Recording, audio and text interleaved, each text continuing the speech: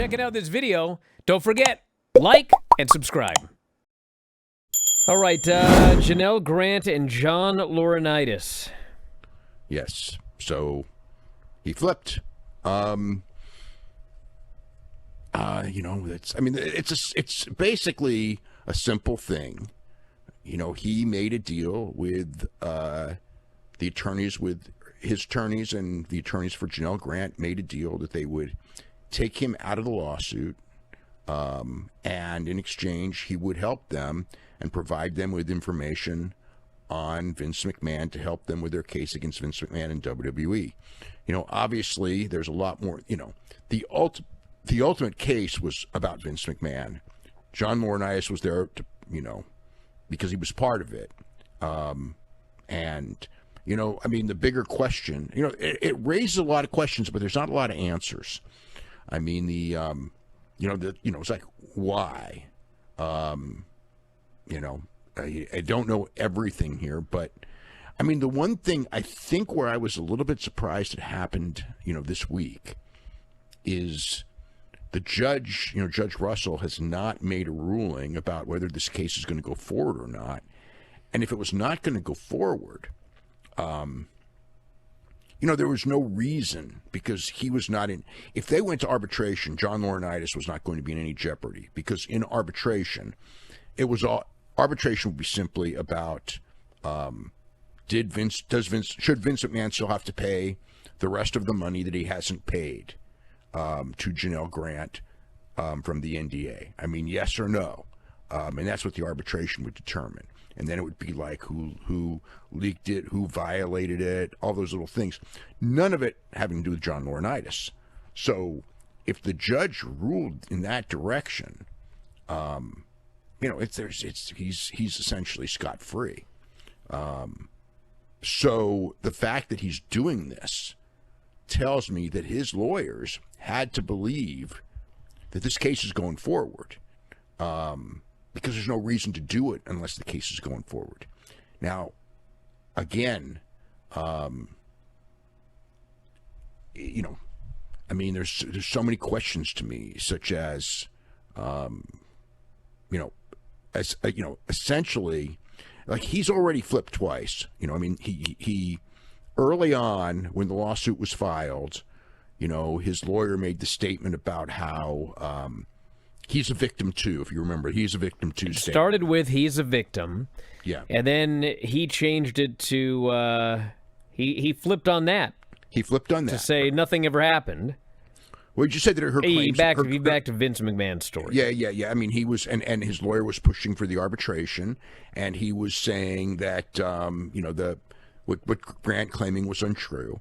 So the thing with him is, like, in a trial itself, I can't imagine him being very helpful, because McMahon's attorneys are just going to tear him to shreds. The guy's going to have no credibility, because he went back and forth. And she can go, well, you said this, you know what I mean?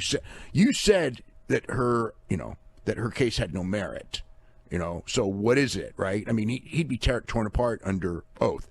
However, there is probably information that he has, that can help them. That's obviously the thing. And, but why he would turn on Vince,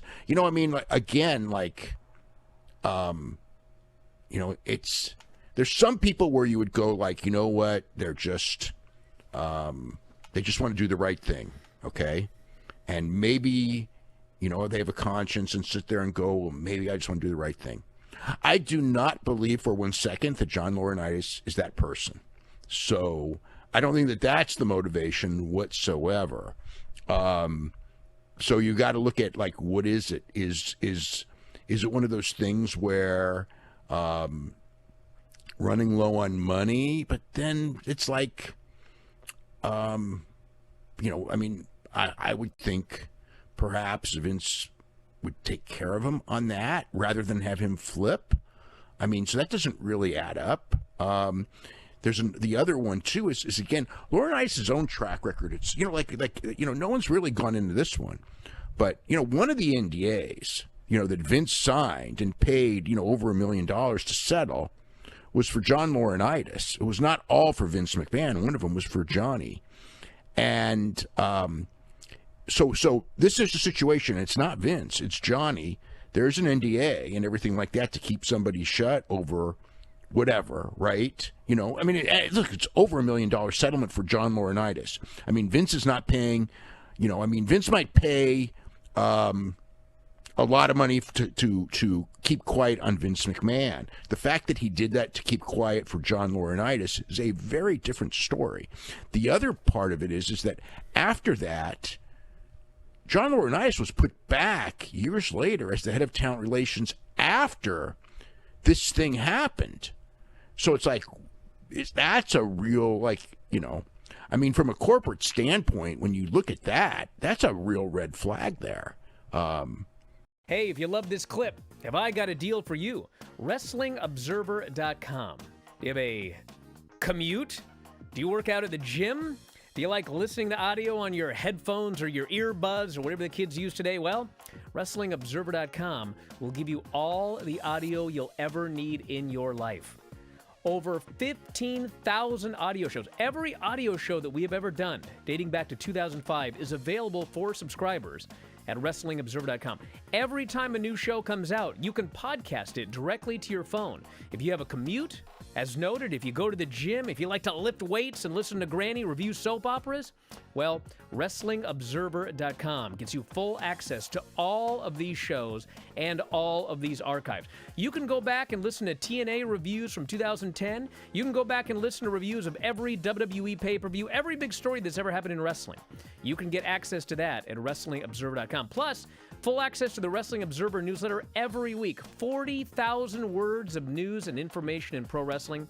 Why get all your scoops off Reddit, which aren't even accurate most of the time? Go right to the source, the Wrestling Observer newsletter. You also get Observer archives dating back to 1990. So check it out today. Thousands of issues of the Wrestling Observer newsletter. Tens of thousands of hours of audio. All for $12.99 per month or as low as $9.99 if you sign up for a year. You'll never run out of audio if you subscribe to WrestlingObserver.com. So head up there, check it out today, and I'll talk to you again after a while.